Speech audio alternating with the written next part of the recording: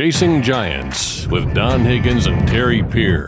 Brought to you by Osseo Camo, nature's most lethal camouflage.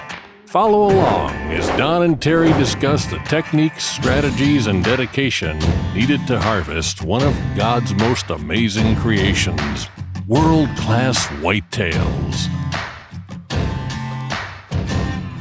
Well, welcome everyone to the Chasing Giants podcast, episode 215. This episode's going to air on April 7th. Don Higgins, I'm Terry Peer.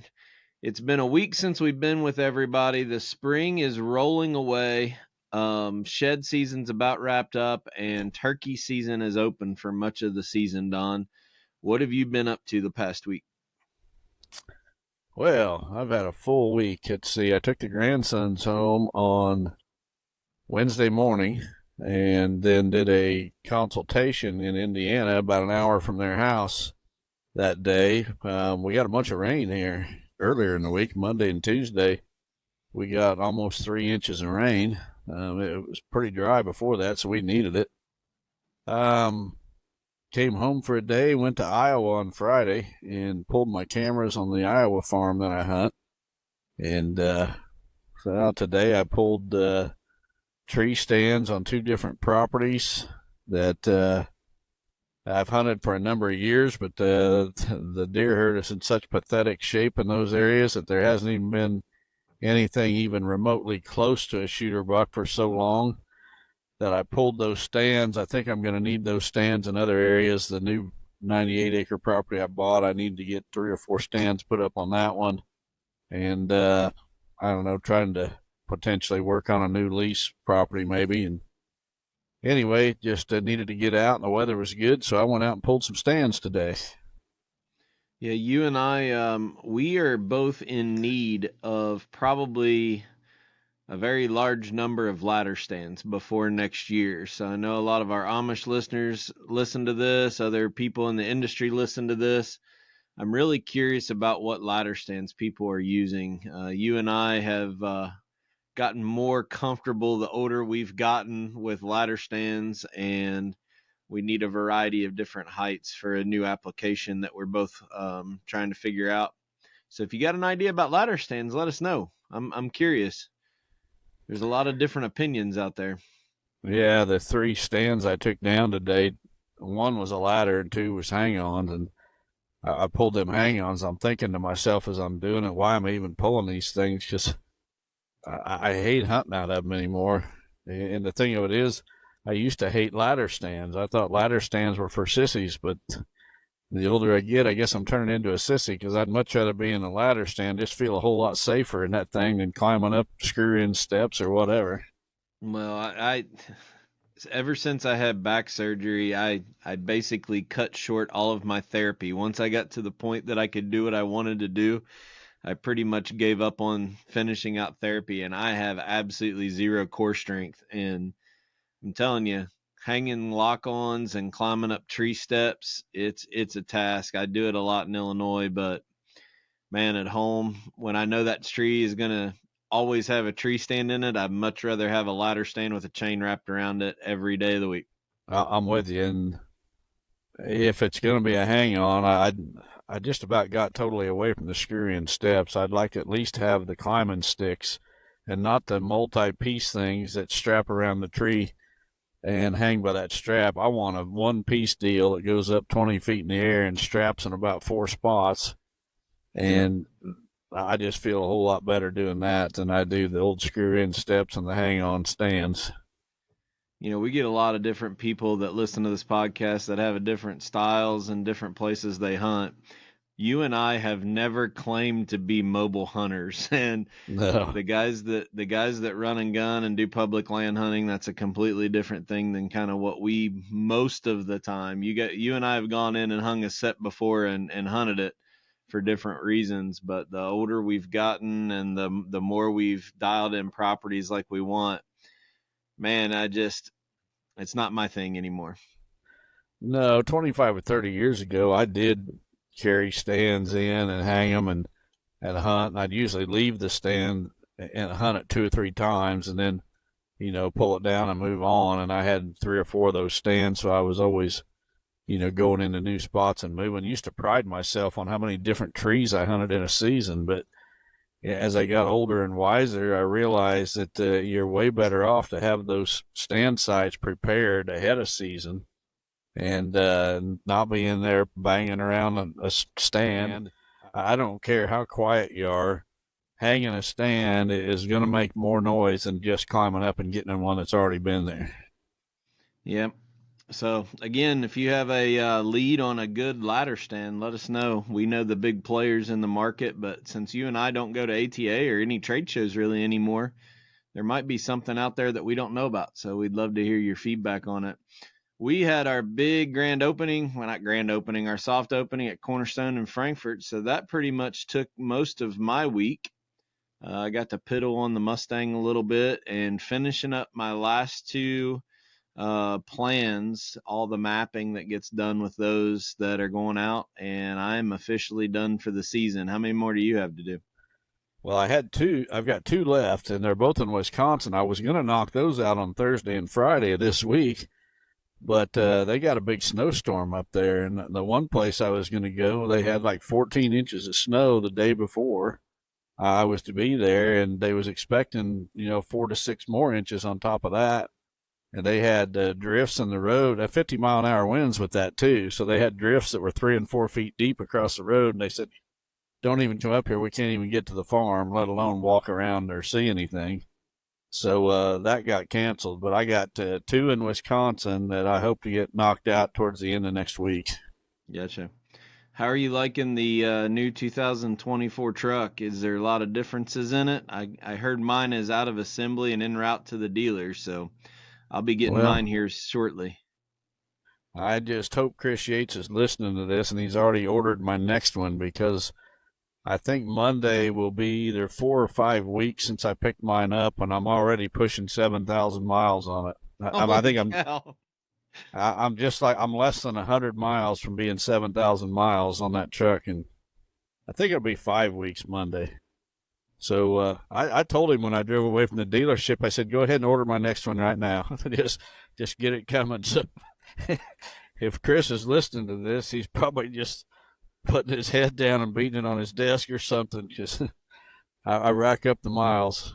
Yeah, I'm actually over this year also because my truck's a little bit late. I did a different configuration on my order, and it was a little late getting to me. And then I've done a lot of driving for the new job, so I'm actually over this time too. That one's gonna hurt a little bit when I have to pay the trade, but I'm sure he'll treat me right like he always does. But let's take a quick break and listen to the folks from Osseo, and we'll be right back. We got 6 questions to get done tonight, and I want to leave time for that, so stay tuned. Osseo Gear has perfected one of the most innovative camo patterns on the market. The unique camo pattern designed to mimic the feather patterns of one of North America's greatest predators, the great horned owl. Combined with intuitive features, superior comfort, and ultra high quality fabrics, give bow hunters the ultimate advantage. Osseo has outfitted over 10,000 bow hunters across the country with over 1,000 5-star reviews. Visit asiogear.com to check it out for yourself. Use code CHASINGGIANTS for 15% off. All right, Dom, we're back. We're getting ready to start our list of questions, but before we move on, I'm going to ask you just go ahead and give an update about Andrea. I know we've gotten a lot of questions and comments and offer of prayer, so really appreciate it if you give us an update. Yeah, she had surgery about a week and a half ago now, and the surgery went well. They removed the tumors and sent them off for biopsy, and we still do not have the results back from the biopsy. Expecting those on Monday, but she's doing good. She's doing a little better each day. I think the boys were happy to be home. I think that was the longest they'd ever been away from home. They was with us for about 10 days. They were probably tired of working. Well, the last 2 days it rained and we didn't even get to do much. But yeah, they did plenty of work, but they got plenty of time for playing too. So it wasn't. I wasn't too hard on them. I want to give a quick update about Lester's Feet. Two pretty cool stories. So Andrea was in obviously with her path, and there's other ladies that are also at the same facilities. She introduced us with another family, so we were able to start the process of helping our first other family through the Andrea Hamilton Fund this past week. I guess it was this week or maybe the end of the previous week. So the new fund inside of Lester's Feet to help families that are navigating breast cancer with someone in the family. That journey has started. There's been money that's come in both at the Shipshewana show and after that. So that money is being handled the same way we've helped children. So it's just another earmarked fund. So if you'd like to contribute to families that are or donate in honor of someone that battled breast cancer, we can connect you with those candidates. Andrea, it's amazing. Even though she's dealing with it herself, she's in there trying to find other people that need help and minister to those people and connecting us with it. So it's a pretty special story. She's got a heart of gold. I'm not sure where she got it, but I just know that once she's through this battle, she's going to be on top of helping other people. She's always been about helping others, and anyway, and this is just going to fire her up. I know it is, and she's going to take the ball and run with it with this new foundation. Well, and there was another thing that happened the end of last year, and I haven't talked about this on the podcast, and I'm going to take a couple minutes just to tell everybody, if that's all right with you, Don. We had someone reach out to us and make a very large donation, but it was not earmarked for anything specific. They said, use it for what basically God opens a door for you to use it for. And the board was trying to figure out, what is that going to be? What do we need to do? And this was December of 2023. And the week after that donation came in and we were trying to figure out what it was, we were presented with an opportunity. And we don't do international mission work. That's kind of not usually where we're at. But we were presented with a vetted ministry where some folks had just got back from a mission trip to the country of Sri Lanka.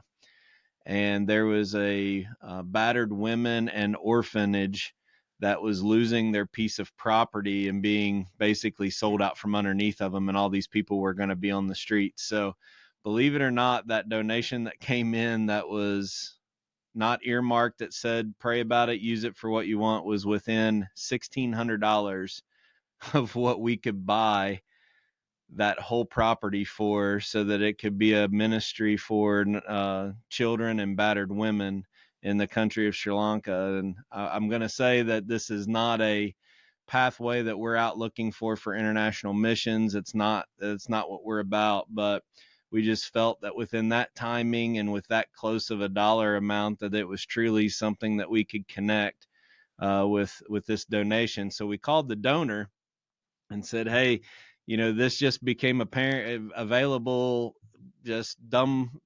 I say it's dumb luck, but it's not dumb luck. It's God just connecting the dots. And they were all for putting that money in that fund for that ministry in Sri Lanka. So pretty cool story. The property closed this week, so it took us about 3 months to make sure that we had everything vetted out, that the deed to the property was legit, that we had a safe way to transfer the money internationally, and we did due diligence. It took us about 3 months, but the property closed this week, and pretty big praise for all those that are involved. So pretty cool story. That's fantastic. You talk about God opening doors. The consulting job that I did this week up in northern Indiana, the gentleman that I was supposed to meet with that owns the properties was unable to meet with me because he had a funeral that day. But he's got 2 land managers that I met with that basically do most of the work, or if not, 99% of it. But this gentleman has several properties on the Indiana-Illinois border, and he uses them basically for his friends. He was described by these land managers as the most generous person that you'll ever meet. And today in the mail, I haven't even sent him his plan yet, but today in the mail, he sent me this book. I don't know if we can see it. Gentle and Lowly, the Heart of Christ for Sinners and Sufferers. And he had a note inside to me, just telling that, well, it says, Don, I found a deeper and more complete understanding of God's love for us reading this book. Enjoy. And then he signed it. And I got to talk with him a little bit that day on the phone in the truck with his land managers.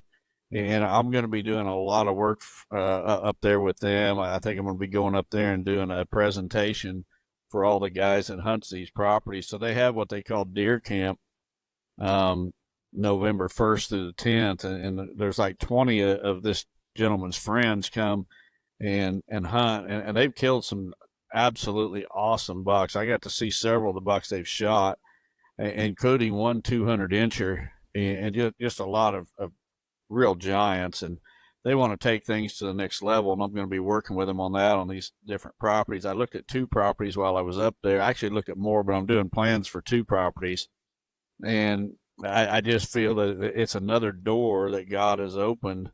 And I think I'm just going up there to look at a couple of properties for deer hunters, and it turns into so much more than that. And it's like what you just described. God is opening doors, and it's not dumb luck by any means. He's bringing people together. Well, it's funny you say that, because I got feedback from one of my plans that they just got it in the mail this week. It was one of my later plans of the year, and the last page of my plan, I put a devotion in the last page. And that gentleman called me this week and didn't want to talk about the plan. He wanted to talk about the information on the last part of that. And it's pretty cool when you turn everything over to God and say, you got this. Not only how much he's blessed us, but at the same time, how much he can use just absolute idiots like you and me to try to share the word and connect people and build businesses with faith, true.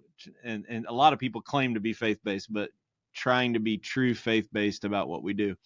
It's humbling to say the least. Yeah, I've come up with some ideas of how we're going to get even better with our consulting next year. We'll share that later, but we want to be the best at what we do. I had a conversation, actually 2 conversations this week, one with Mark Luster and another one with Wes Delks. And,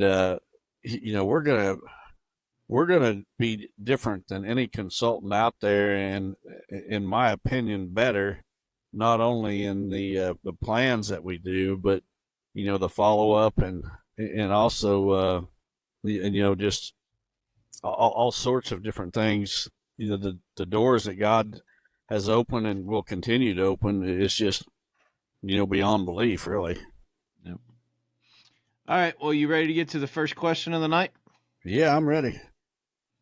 All right. We'll get it queued up on the board, or we haven't said teed it up here in a little while, but it should be teed up on the screen for you. We haven't said a rant for a while either, at least on this episode, so maybe we can get through this one without a rant. All right. This one comes from Lance Lake from Earlville, Iowa. He says, purple-haired freaking Terry. Well, that's a good way to start. So, just so everyone knows, Lance Lake is the guy at the dealer event who made my purple-haired freak, what do you call it, fathead. So, it says, purple-haired freaking Terry, thank you both for the wonderful podcast and everything else you do for the hunting community. Last June, I planted roughly 35 acres of real-world switchgrass, so this will be the second growing season. I was wondering if it is necessary to spray simazine this spring, or should I just use quinclorac and 2,4-D? Thank you for your insight, and God bless. P.S. Hopefully you are displaying the fathead proudly. It was a joy making it. Well, a lot of that, to answer your question, Lance, in regards to your herbicide use on second-year switchgrass, a lot of it's going to depend on how good of a stand you got the first year. If you got a really good stand, you probably don't need to put down the pre-emergent. That grass is going to be thick enough to choke out most of the weeds. And then, as you mentioned, you can come back with 2,4-D and quinclorac and clean up anything. If you got a bad stand, however, a very poor stand, then I would definitely suggest use the simazine again. And to be honest, we're getting late enough that you're probably going to have to put some 2,4-D with that simazine, because there's a good weed crop coming on already. So the simazine, being a pre-emergent or residual, is not going to take care of those weeds at all. So you're going to have to put a 2,4-D in to kill those, and then the simazine at the same time will get in the soil and prevent a lot of future weeds. But a lot of it just depends on the stand you got, with that first year. So real quick, for those that are listening that don't know their chemicals, you referenced simazine, quinclorac, and 2,4-D. Can you just give a brief overview about those three chemicals and what they are? Yeah, so simazine is a pre-emergent. You spray that before on bare ground or before things green up in the spring, and as a pre-emergent, it'll prevent a lot of weeds from coming on. Quinclorac is a contact herbicide. It's a grass herbicide, but it only kills select grasses like foxtail and crabgrass. So you can spray it on your switchgrass. It will not harm your switchgrass, but it'll take care of the foxtail. Now, one thing about quinclorac is you need to spray it when those grasses are short and young. You can't wait till that foxtail gets up 3 feet tall and has a head on it. It's not going to work at that point. It's a very mild herbicide. You can use it on your miscanthus also. Right. It's a very mild herbicide, and if you let the weeds get mature, you'll never kill it. You got to pull it. And then 2,4-D is a contact herbicide for broadleaf weeds. 2,4-D will not harm any grass. You can spray it in your yard. It'll kill your dandelions and your clover, whatever's in your yard, but it will not kill any grass. So if you got broadleaf issues, whatever they might be, you can spray that right over your switchgrass or miscanthus and take care of those. Okay. I'm sure that helps a lot of people because they ask those questions about 30 times a week this time of year. So hopefully we're that'll getting them help every everybody. single day. There's not a day goes by that I don't get a text or an email about switchgrass and weed control. Yep, that's definitely the question of the calendar. So next questions should be popping up here in just a second. All right. This one comes from Frank Zabedo from Columbus, Ohio. It says, hey guys, thanks for putting out such a great no BS podcast. It has certainly helped me become a much better deer hunter. My question comes from a question you guys answered on the most recent podcast where a listener asked if the average deer hunter could go to a property owned by Lee Lakosky, Mark Curry, or Don Higgins and kill the same caliber of bucks. In Don's reply, he used the phrase, quote, average deer hunter several times. Don, could you please provide us with your definition of average deer hunter? Thank you. Well, I seen a comment on our YouTube post or YouTube video as well, saying that all of our listeners are average deer hunters, and that I think the guy whoever made the comment was suggesting that I offended all of our listeners by saying average deer hunters would not go to one of those properties and have the same success. Well, I beg to differ. I don't think the listeners of this podcast are average, because if they were average deer hunters, they would not be listening to a deer hunting podcast in March or April. So if you look at all the people that buy a hunting license or a deer tag, deer permit, we can, for the sake of this conversation, we can divide them in thirds. You've got the middle third, which we will call the average, and then below the average, you've got the and when I say below average, I don't mean below average in skill. I mean below average in how serious they take it. And then above the average, you've got the serious guys, the guys that are listening to podcasts in April, the guys that are out this time of the year scouting, the guys that are out this time of the year hanging stands, looking for new hunting property, knocking on doors for permission, looking for a new hunting lease, whatever they're doing, it's year round for them. And I do not believe that those uber serious deer hunters account for more than 1/3 of the total deer hunters out there. I think the average deer hunter, he may think about deer hunting off and on throughout the year, but he's not doing much about it. He's not out in the woods this time of year scouting with any type of seriousness. He may be out hunting mushrooms and looking for deer sign while he's out hunting mushrooms.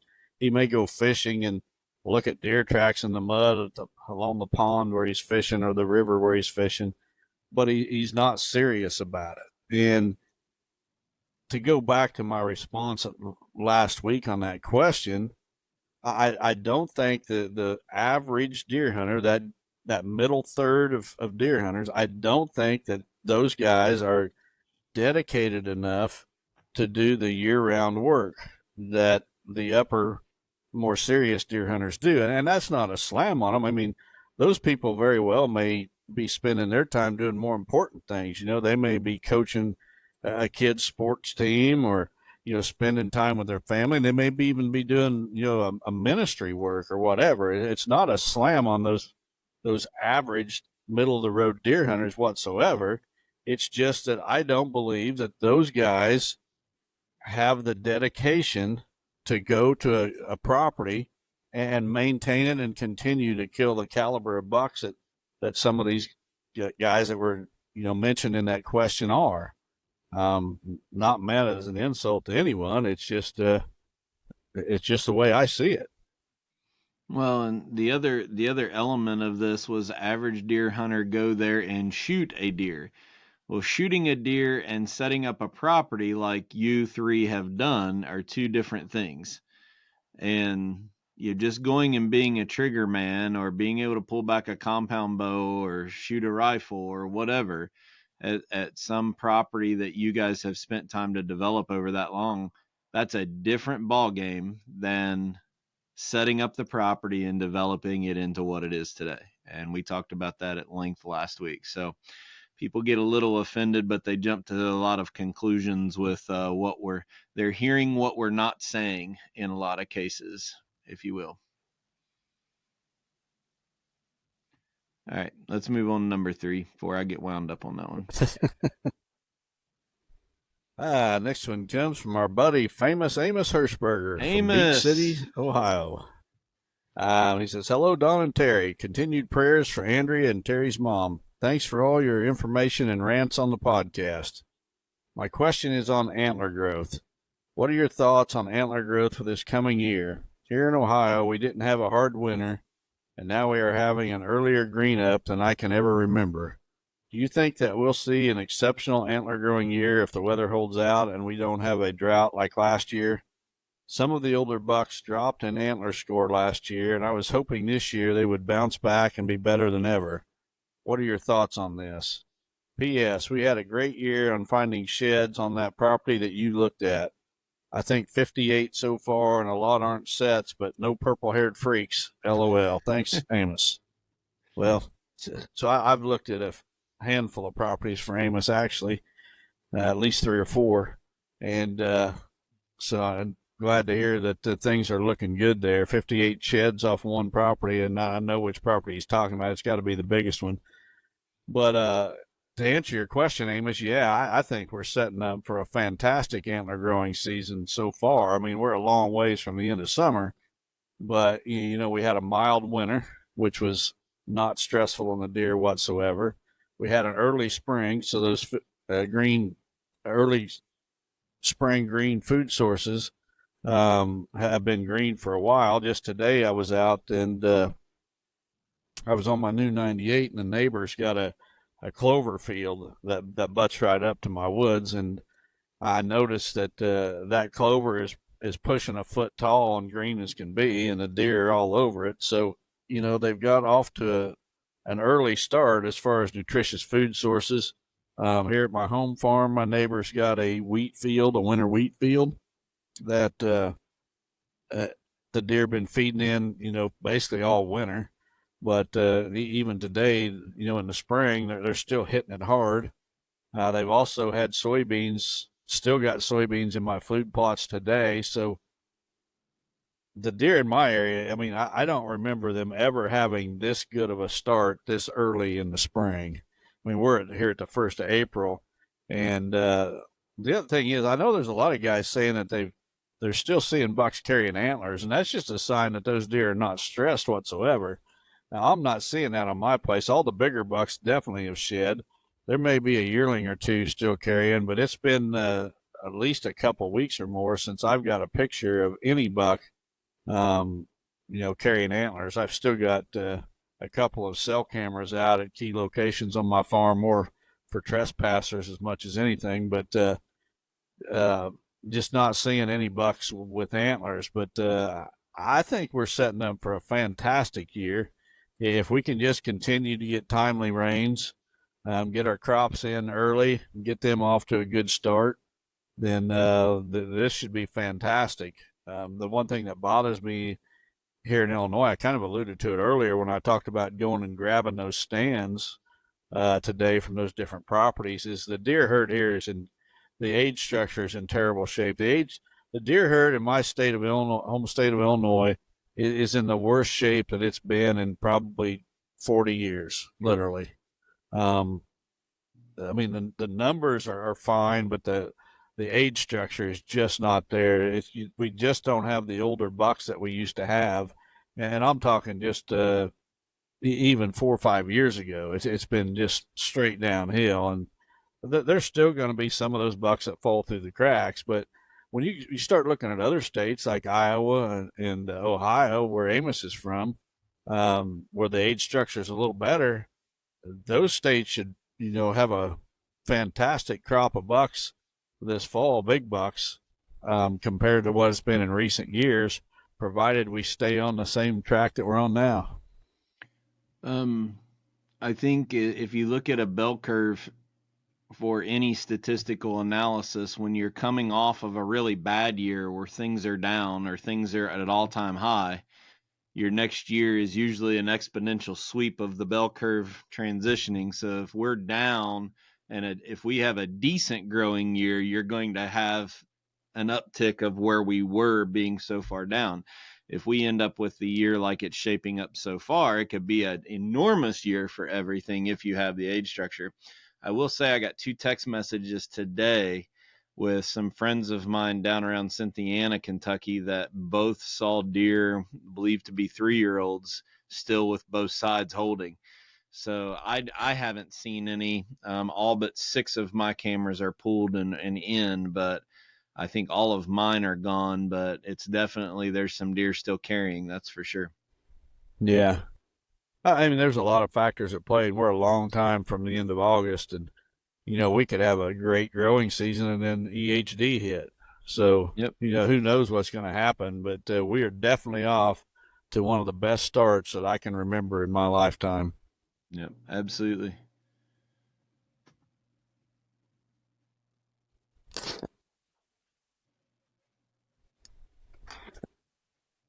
Okay, the next one comes from Dwayne Lee Yoder from Bondeuil, Wisconsin.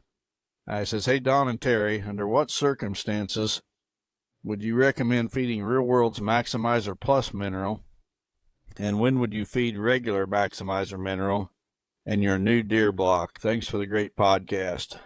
Well, Dwayne, I would have the regular mineral out, basically put it out in about February in the spring, so it should already be out. Then you want to go in and refresh that lick with the Maximizer Plus, which has the Expect Healthy Deer technology in it. Basically from about May through September is when that's most critical. That's during the antler growing period. That's when the insects are the worst. That's when EHD typically hits. So from about the 1st of May to the end of September is when you want to use that Maximizer Plus. The rest of the year, just use the regular Maximizer. The blocks, they can be used year-round. They're great for getting deer in front of your trail camera in the states where you're allowed to bait, like Ohio, Kentucky, Kansas. They're great for putting out in front of your stand to get deer there, but that just gives them a little bit of boost. It's also got the Expect Healthy Deer technology in it, so definitely you want to use it during the summer months, but you can use it year-round as well. I want to clarify something with the deer block. We had a customer, I didn't even tell you about this. We had a customer email in, wasn't too happy. He tried our NutriCrave block for the first time, and he was really upset at the performance of the block because he said the deer ate it in about 2 weeks. And Whoa. I think that's exactly what you want them to do. It's just to make sure everybody is aware. This is a feed block. This is not a mineral block, so it does not replace having a mineral site. It can be used in conjunction with it, but what we're trying to do is get consumption of nutrients higher than just an. That's why we do complete feed. That's why we have feed supplement. That's why we have the block. So I tried to explain to the customer it's doing exactly what it's supposed to. This is just a way of making feed last longer, getting the mineral in it, not to substitute your maximizer mineral. It's a completely different program. Right. I have not heard a single negative comment on these blocks. And I don't know, we've sold several semi-loads of these so far now, and been extremely popular. One of probably the best new products since Miscanthus that we've introduced. But I heard, I think it was at the dealer event, a gentleman from Indiana, I remember, who told me, but he said that one of his customers took and was putting these blocks out in his yard, and the deer were coming out in his yard and eating them. And he noticed that, I hope I'm telling this story right, because I'm guessing this guy listens to the podcast. So the customer needed to put a new block out in his yard. He goes out and he sets a new block out in his yard. He immediately goes in the house, takes off his coat, looks out the window, and the deer were already hitting it. Like 3 minutes after he set it in his yard, he looks out the window, and the deer are already in his yard eating that brand new block. Was that Clint Cross? No, it was Cornel up at in the Bremen, Indiana area. Clint had another customer with a weird situation that the deer just were hammering it. So just make sure everyone understands these products all complement each other. They're not made to supersede or replace one. If you live in a state where you can have these products, keep your mineral out in a regiment and then supplement feed using the blocks or the complete feed at different times. They go together in a full system. It's not, oh, well, I got a block now, I can make a mineral site last longer. That's not what it's for.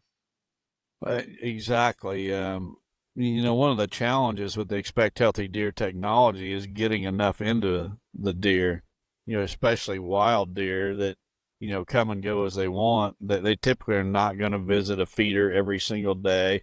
They're not going to visit a mineral site every single day. But if you've got a mineral site on your farm, you've got feeders on your farm, you've got blocks on your farm, that's just all those different opportunities for a deer to consume some of that product. All right. Well, good question. We will put the next one up right now. This one comes from Daniel Borntrager from Martinsville, Missouri. He says, "Hello, Don and Terry. I love the podcast and all you do. What do you think of the over 160 deer mineral? See ad enclosed. Would you dare to compare it with your maximizer mineral?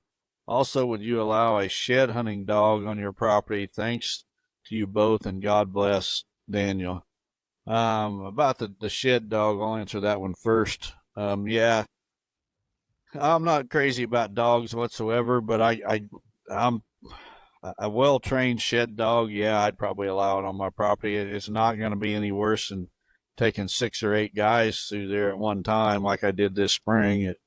If a dog was with us, it wouldn't have made any difference on the pressure we put on the property, but it probably would have made a difference in the number of shed antlers that we found.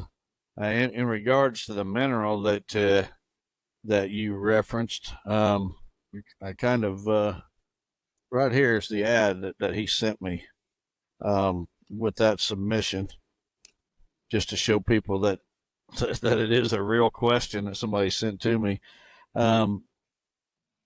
There's a lot of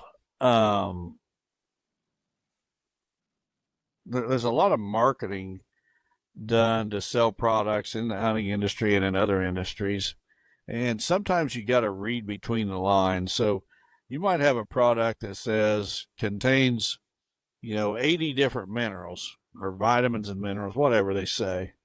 But you got to look at the amounts. I mean, when you start talking in parts per million, and the amounts are so minuscule that there's no way it can make a difference. And some of these claims, if they cannot be proven, you ought to be skeptical. And Mark Luster and I had a conversation about these scent elimination products this week, and he was telling me about some study they did where they had a scuba diver in a scuba suit underwater, and they took a bloodhound out in the boat to trying to find this guy that was submerged under the water. He was down 10, 20 feet or whatever. And the dog's in a boat, and they're out there, and that dog hit on right above where that guy was at. So are you going to tell me that a whitetail whose nose is supposedly 25% better than that bloodhound, that he's not going to be able to smell you because you put some certain clothing on or you sprayed down with something? I mean, I know I've totally got off the whole mineral thing, but if the product and the claims that are being made with a product cannot be proven, you need to be really skeptical. And the thing about the hunting industry, when you get in the feed and the seed industry, those industries by law are required to have analysis tags that tells you exactly what's in that bag. With seeds, it's got to list the seeds. It's got to tell you the germination rates. It's got to tell you the inert matter. It's got to tell you the date that it was tested. It's got to give you all this information and then it's got to give, with a feed tag or a mineral tag, it's got to give you that information. What exactly is the analysis? The percentage of calcium, the percentage of salt, the percentage of phosphorus, zinc, copper, and on and on. And then it's got to give you a list of ingredients in that feed products. And as you learn more and more, forget the marketing gimmicks, forget the ads, go right to those analysis tags. Those analysis tags on any mineral, I'm not going to get into bashing this one brand of mineral, although I've seen the ad and it didn't sit well with me, but that's just my opinion. What I want to see is the analysis tag. If that mineral is so great, show me the analysis tag. And one of the questions in that submission was, do I think would I dare to compare it with Maximizer? Absolutely, I would. And here's why.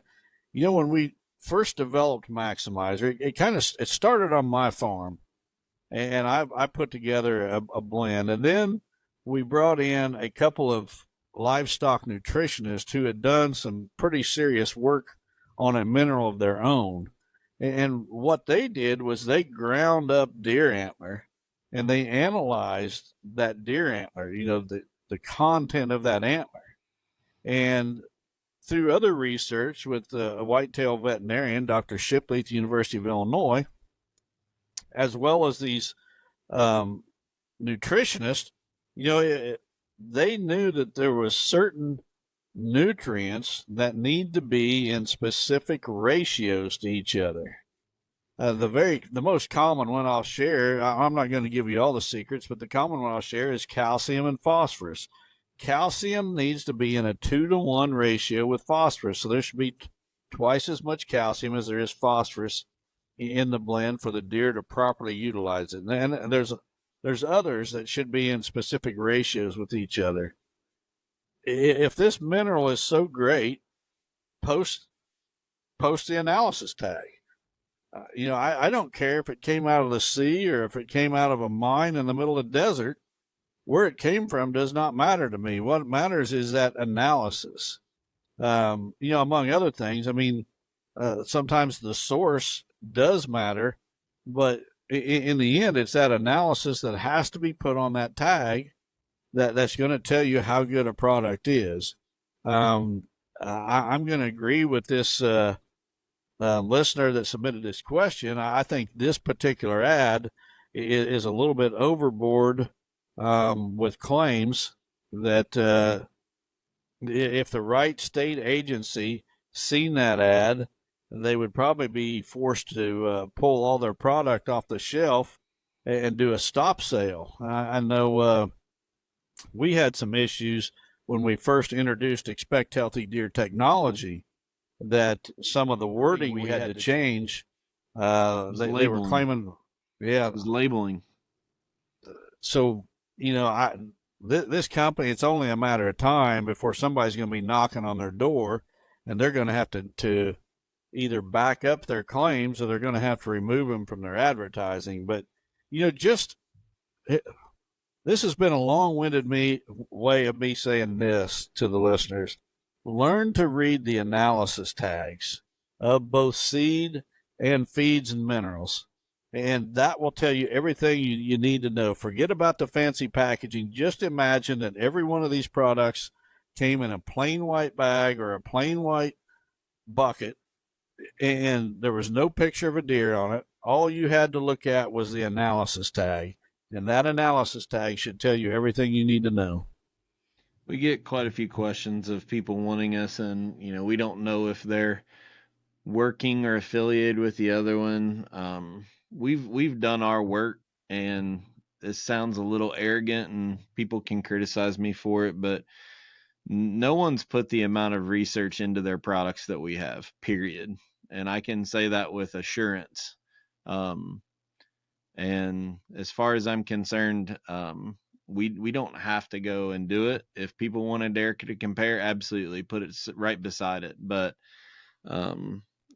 it's amazing how many of these companies just pop up, get a bunch of pro staffers and influencers behind them, make a run, and then they're gone 2 years from now, 3 years from now. It's not an easy business by any means, but I can assure you that there's nobody that's put the work in that we are, but we're not also going to just go ahead and just bash somebody else's product for the sake of bashing it. We do a lot. We spend a lot. We've just posted a mineral video on social media and our website this week that was produced. That is an educational piece to try. And if you find something better, by all means, go and buy it. Shame on us for not having the best product at this point, right? Absolutely. I'll make a couple other comments on this topic. First of all, when our Expect Healthy Deer technology came out, there were competitors trying to downplay it like it was a joke and blah, blah, blah. Well, I've actually still got the emails from Purina. Purina tried to get exclusive rights to Expect Healthy Deer technology, and I saved those emails just so I could say that when I wanted to. So when you got a company like Purina trying to get exclusive rights to your product, you know it's the real deal. All right, let's get the last one of the night up here. The next one comes from Nathan Byler from Vestaburg, Michigan. Says, Don and Terry, enjoy the podcast. Hope all is well. I was reading Dr. Strickland's article on epigenetics in the Whitetail Life magazine and was wondering how much supplemental feeding and minerals would help your deer on your farm since you have a top-notch food plot program. I didn't know if there was any research on adding supplemental feeds and minerals after they had a good food plot program.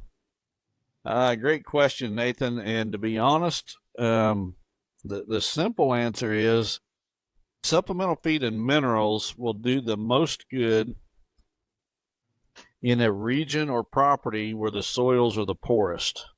The better your soils, the better the fertility, the less impact supplemental feeding and minerals are going to have, because the deer are basically getting about everything they need from the plants growing in those soils. So in my situation, I'm not allowed to use supplemental feed or minerals in my home state of Illinois, so I do everything I possibly can with my food plots and in regards to the soil and the fertility. One of the things I've started doing is adding that humic acid, for example. That humic, those humates, those little granules, almost like sand granules, nutrients will adhere to those, stick to them basically. So the nitrogen, phosphorus, potash, whatever in the soil will adhere to those particles of humates and that humic acid, and it'll keep it there so it doesn't leach out of the soil. It will hold it there where the plant can then utilize it. So I've done everything I can find to my soils in my food plots to help my deer herd.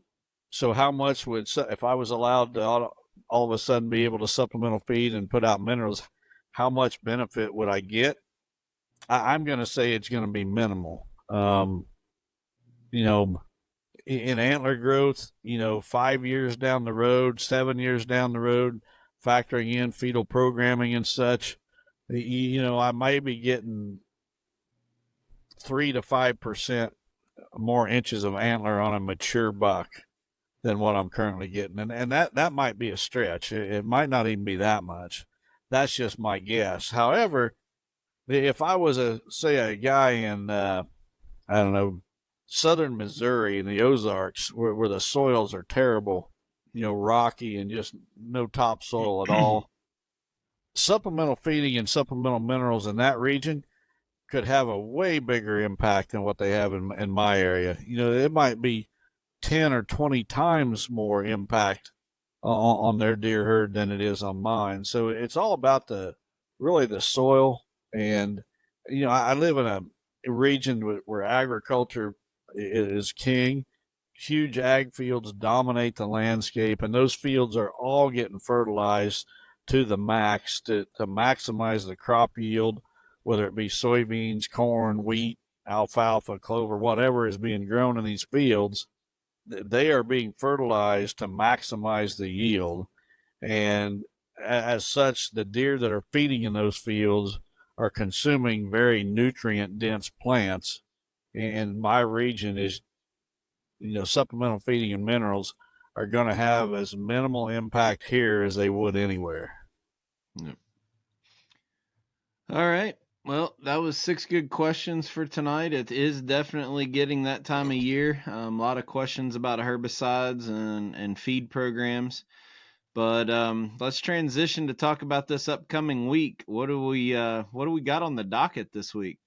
Wow. Well, I can't finish my consulting visits in Wisconsin because of the snow. We got to give it a couple of weeks to melt.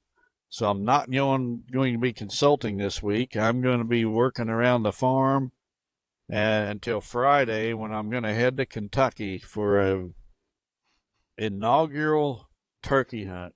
I waited 60 years to go on my first turkey hunt, and my good buddies Al Foster and Joe Johnson are going to be going along with me. It's going to be curious to see, or interesting to see, who does the better dance after they shoot a turkey, me or Joe, because Joe put on a pretty good show last year. Oh boy. I don't know how this is going to work out and how I'm going to have this many hunters out in the field, but we're going to figure it out. It's going to be a blast having you guys in town. I think that we're going to try to do a live podcast while you guys are in town next week. If you're interested in that, shoot me a message. I know it's late notice, but if you have interest in that, we'll try to figure something out. Not sure how we're going to do that. We usually aren't good at planning too far ahead of time when it comes to these things, are we? Well, we don't even plan each week's podcast. Usually it's you and me texting each other, when we're going to do the podcast, and it's Saturday night. Yeah. It's got to be released on Sunday. So we fly by the seat of our pants, especially me more than you. You're way more of a planner than I am. And I know I drive Janice nuts with my fly by the seat of my pants mentality in everything I do. But well, hopefully by the time everybody sees us next week, you're sitting behind a big old long beard with your 2 buddies. I think that's going to be a lot of fun, whether you kill one or not. Having you guys in a turkey blind with each other laughing is going to be pretty funny. Well, you know what? I'm seeing turkeys everywhere. I got turkeys on my home farm again this spring.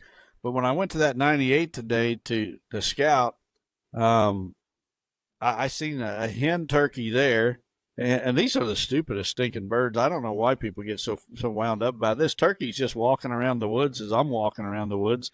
She's looking at me and I'm looking at her. And out in the field, a short distance away, I could hear a gobbler just going crazy. I mean, this stinking gobbler was out there gobbling like every minute for 30 minutes, just on and on and on. And his girlfriend was following me around the woods. And guys like Al Foster get all fired up on these birds. I just don't get it. Maybe I'll get it after next weekend. Maybe so. Maybe you will be hooked and never hunt whitetail again. You never know. That's not going to happen. I promise you that. In fact, if I shoot one of these pea-brain birds, I may never shoot another one. Oh, well, it's going to be a good time anyway. Well, everybody, we appreciate your support. Thank you very much. If you're going out turkey hunting, obviously be safe, and hopefully we'll see you next week behind a big old bird. God bless everyone. Hope you have a great week. Chasing Giants has been brought to you by Osseo Camo, Via Farm Real Estate Company, 360 Hunting Blinds, Victory Chevrolet, Real World Wildlife Products, Matthews Archery, Novix Tree Stands, Gingerich Tree Farm, WildlifeFarming.com, Quiet Cat, and Vortex Optics. Thanks for listening, and tune in next week for another episode of Chasing Giants.